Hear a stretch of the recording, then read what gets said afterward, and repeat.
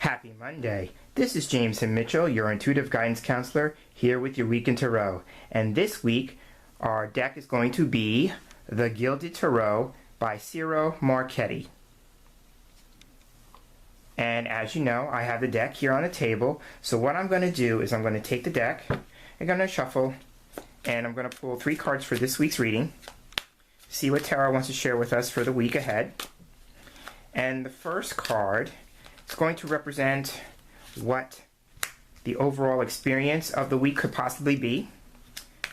And then our next card is going to be what tarot is going to offer us as possible advice or guidance. And then the final card would be what a possible outcome could be by the end of the week. So these are our cards. And our first card for the overall experience is going to be the High Priestess. Okay, so if you've been following my videos enough to know, the High Priestess is a Major Arcana card. So Major Arcana cards carry more weight in a reading when they show up.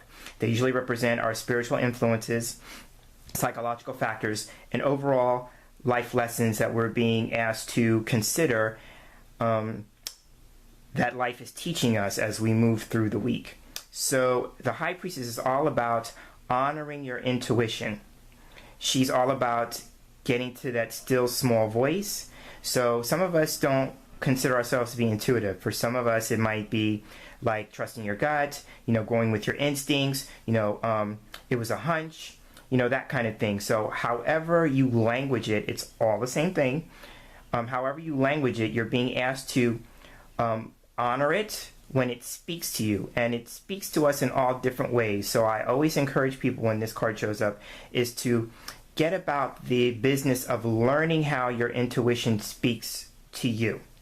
Okay, the other thing about the High Priestess is that she represents being in a state of independence. So one or two things could be happening here, and I go with the idea that she has 2 poles in the background behind her. So sometimes this represents polarities, dualities, opposites, polar extremes. So on the one hand, we could be asked to, how can we be more independent this week? And on the other side of the coin, or the other pole of the extreme, is how can we learn to depend more on people?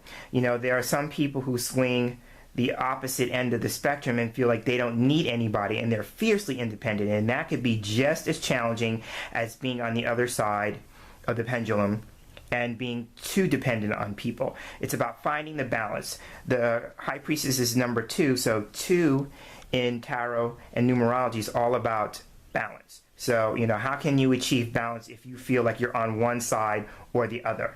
The other thing about the High Priestess is if we're feeling we're in a space where we need to be making decisions, this card asks us to wait. She adopts a wait and see approach. So typically she's holding either like a scroll or a book of some kind of nature which represents information or knowledge. So the reason why you're being asked to wait is because there is knowledge that's coming your way or information that's coming your way that will help you in your decision-making process. And so you can't make the decision until you have that information. And speaking of information, the High Priestess is one of those individuals who holds knowledge, who has information.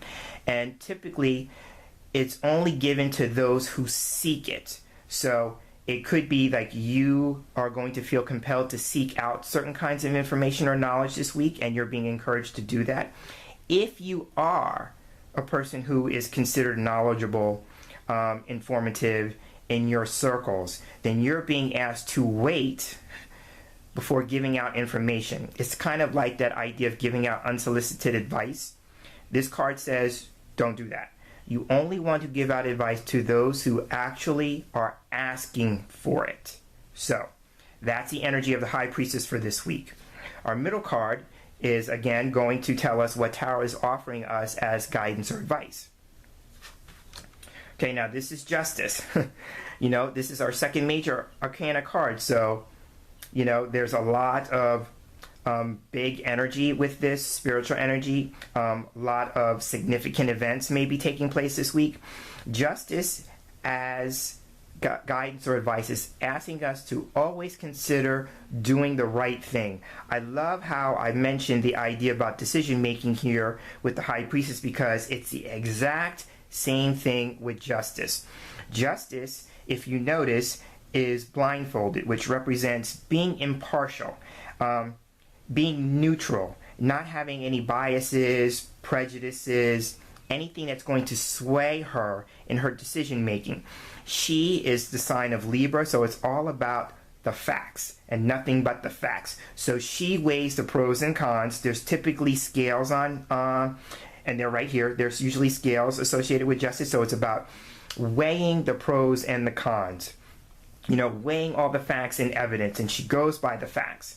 You know, so again, going with the idea, if you need to make a decision, it needs to be a well-informed decision, going with the pair. So be mindful of, if you don't have all the information, what information do you need to possess that would help you make the right decision? Okay, Justice is all about the right, fair, just decision for everyone involved. And it doesn't matter how it looks. You know, this card is suggesting that whatever decision-making process we're going to experience is going to be bigger than just ourselves. And so we have to do the right thing by everyone involved. The other thing about the Justice card is that this is, I consider it to be like a universal law card, divine order card, that kind of thing. And so this is like the universal law of cause and effect. So we're being asked to consider anything that we put out into the world in terms of energy, attitude, things of that nature. It always comes back to us. There's an equal and opposite reaction to every action that we take. So you're being asked with the Justice cards to be mindful of the law of cause and effect. If you're experiencing an effect, you might, and you don't like the effect, that's a big thing, because lots of times we go through effects and we don't like them.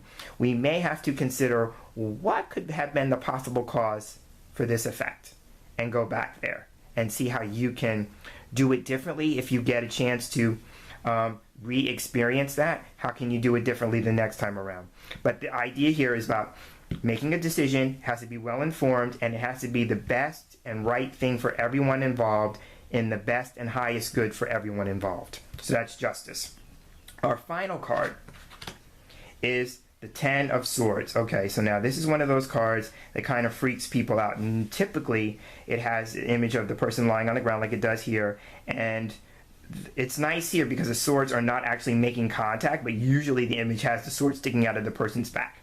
Okay, so this card here, the Ten of Swords, represents something being finalized. So it's very interesting. Now, I have to put a disclaimer here that I'm not a lawyer, and so I don't give legal advice, but both the High Priestess and Justice could represent legal matters. So if there's anyone who's watching this video that's experiencing a legal matter, then it could be saying too with the Ten of Swords that something is going to be finalized, because the Ten of Swords is all about finality. So something coming to an end. So it could just represent, the verdict comes in with Justice, and then whatever the issue is, it's over. And with the Ten of Swords, once it's over, it's really over. It's like there's no going back to do it. So for instance, like there's not going to be an appeal, or something's not going to be overturned. It's like this is it, and end of story. The other thing about the Ten of Swords for us, it could be, finalizing some way that we live life, because swords represent lifestyle. So it could just represent a lifestyle change. What I like about the Ten of Swords is that it encourages us, if we're feeling like we're hitting bottom, or we're at the end of our rope, the saying is that once you've hit bottom, there's only one way to go, and that's up. And so if you're feeling challenged and you're feeling like, this is it, and you can't see any other way around it or out of it, or, that kind of thing, this card is encouraging you to say, well, there's only one way to go, and that's up. This card is asking us to consider in what ways, because swords represent the way we think, in what ways does our thinking keep us stuck, and how can we move beyond that? So that's our challenge with the Ten of Swords. But I'm going to say that at the end of the week, final, that something's going to be finalized, okay? So summing up the cards, the High Priestess first is about honoring your intuition. How does it speak to you? If you're needing to make a decision of any kind, this is adopting a wait and see approach. If you are challenged with the idea of being too dependent on people, how can you kind of work on being more independent? And if you swing on the other side and you're fiercely independent, is how can you learn the fine art of creating a sense where you can depend on others. And if you have information for other people, consider strongly about giving out unsolicited advice. That's the High Priestess. Justice, again, this is about doing the right thing for everyone involved. If you're challenged with making a decision, like I said with the High Priestess, this is about making a well-informed choice, meaning that if you don't have all the information, you need to get the information that's going to help you make that right choice. And then the Ten of Swords, something is coming to an end, something's being finalized, and once it's done, it's done. So, this has been your cards for the week. This is your week in tarot. I am James Himm Mitchell, your intuitive guidance counselor, and I look forward to sharing this space here again with you next week. And until then, have a tarot-tastic week and take care.